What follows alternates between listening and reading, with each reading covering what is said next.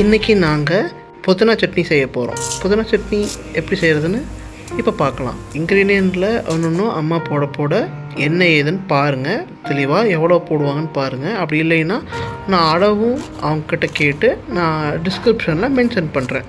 அதுக்கப்புறம் வேறு ஏதாவது வேணும் அப்படின்னா கமெண்ட் பண்ணுங்கள், செஞ்சு உங்களுக்கு நாங்கள் வீடியோவை போடுறோம்.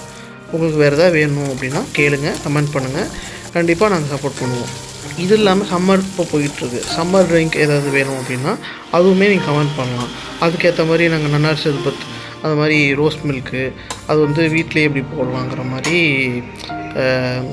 குல்கந்த் பவுடர்னு சொல்லி வீட்டிலேயே தயாரிக்கிற மாதிரிலாம் இருக்குது. அதெல்லாம் ஃப்யூச்சரில் வரும்.